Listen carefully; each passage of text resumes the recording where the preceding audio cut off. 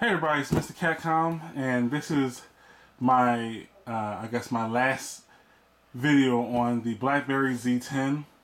I was going to do like a software video, but I mean, it really wasn't much to the software. It's pretty much, it's the same as far as like all the other Blackberry devices. You know, you get Blackberry Messenger, the email, and all the other good stuff. But, you know, that's not really what this phone is all about. It's more or less like about the next generation of BlackBerry. And as the next generation of BlackBerry, it's a nice try. I will say that, you know, I would have thought they would have put a little more work into this. But, you know, RIM isn't really, you know, designed to do consumer products. More or less they're on the business side, where I guess business users probably don't really look at some of the things that regular consumers would, like non-business users. So let's go ahead and take a look at it. First, we got the lock screen, which is really dull. I mean, granted, yeah, you can probably change the wallpaper and whatnot, but like the icons are for like, you know, Twitter and whatnot. Kind of bland. I really wanted something else on the screen. Just it does rule everything on the phone is gestures, so it's no buttons as far as pressing anything. The camera was okay. I did take a couple pictures with it. They kind of came out pretty cool. I don't know if you can see it there.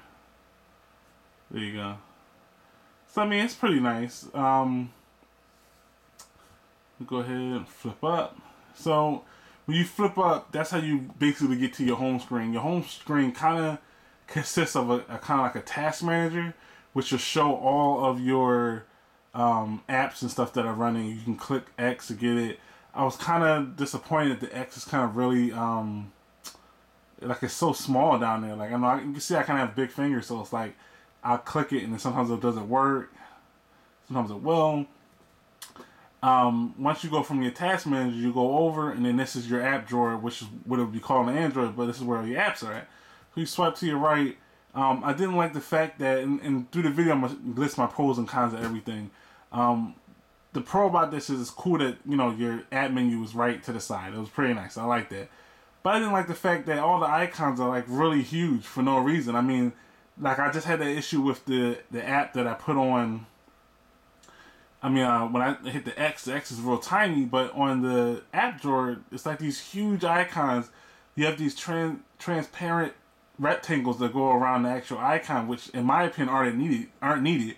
They could have easily just made that transparent, or they could have, you know, used that. You know, that BBM could be moved up a little bit, and you can add another row of icons. I mean, this is just a little bit too big, even for someone who might be even having an issue with seeing things. I still think that's a little too big. So if you go through, I was kind of happy that most of the apps, like they have Facebook and Twitter, they did not have Instagram.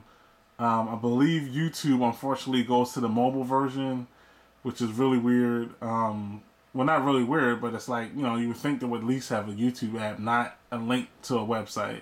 But I've seen that happen. You know, the Vizio CoStar has that for a couple things. And, you know, I understand that they don't have a native app, but still, you know, don't put it in there. Don't put it in as to make me think that, oh, yeah, it's an app in here, and then it's not. The game section, I didn't really get to choose anything, but, like, the prices for everything was kind of a little too much. I mean, if you aim this towards a business user, not a lot of business people that want to play games, so I would think they would kind of change the pricing scheme on that. What else did I want to mention? So once you slide over, so after the task manager, you slide over and you have your text messages and whatnot. This is like your little hub here. You can go through BlackBerry Hub, see the stuff that you got there, notifications, which is kind of weird because you have notifications here in the hub area or whatever that you want to call this. But then when you slide down, there's like the quick toggles up here. So you would think maybe they would have put it in here, but I mean, I guess if you swipe too much, you know what I mean, it would take too much to swipe down and get these. So I guess that's kind of cool that that's there. BB Messenger, everybody knows about that. Text messages, Twitter. You can add a Facebook account. You know, the applications were okay. They look a little basic for me, and let me see. It just a lot of stuff wasn't where I thought it would be at. And I wasn't really taking that off of like trying to put this against Android, but it's like if I went on an iPhone and never used the iPhone in my life, if I went on an iPhone, I could pretty much kind of figure out where everything was at. But in the BlackBerry OS, it just seems like everything is like in different areas. Like for me to see my Twitter mentions and stuff, you would go here.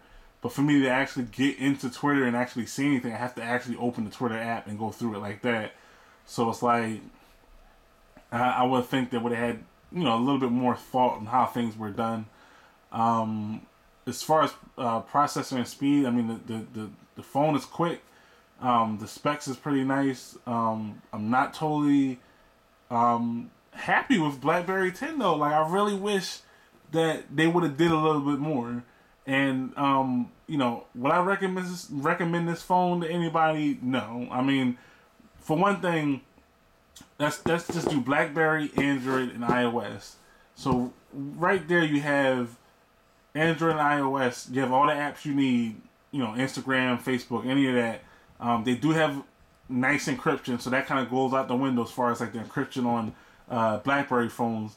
And people will try to swear by BlackBerry Messenger, which is all good and well. I mean, BlackBerry Messenger is pretty solid, but you have to ask yourself: these social networks are only good as the people that are on the network. Throughout the time I've used this Z10, nobody I knew had a BlackBerry, so I couldn't test anything. I couldn't test the email as far as like how good it went against BlackBerry users versus BlackBerry users. I didn't have anybody on BlackBerry Messenger, so it's like, what really is there that's going to keep me on this platform? What's really there that's going to make me switch from Android or switch from Apple? There's nothing really there. Like it's some cool things that's on here. Like I said, the hardware is nice. It does seriously look like a Droid X, an old phone. Like I can't really I can't recommend this to anybody. And I would say go ahead and try it out for yourself. It is a nice, cool device. Something different. It's not Android. It's not iOS. But like I said, I spent $380 for my Nexus 4. Almost everyone I know that I see on the train has an S3, iPhone 4S, or iPhone 5. What really does BlackBerry have that's going to turn us from doing that? Like, to take us from there. And it doesn't really have anything. It doesn't have anything. So I'm definitely saying, I would not recommend this phone. I would not tell anybody to use it. Voice call quality was okay, and AT&T's LTE was pretty good. But yeah, I'm gonna wait, and I'm gonna keep checking back on RIM and see what they do. But at this point, the Z10 sucks. I'm sorry, it's not worth getting. All right, well, thanks for watching the review, guys, and I'll talk to you later. Peace.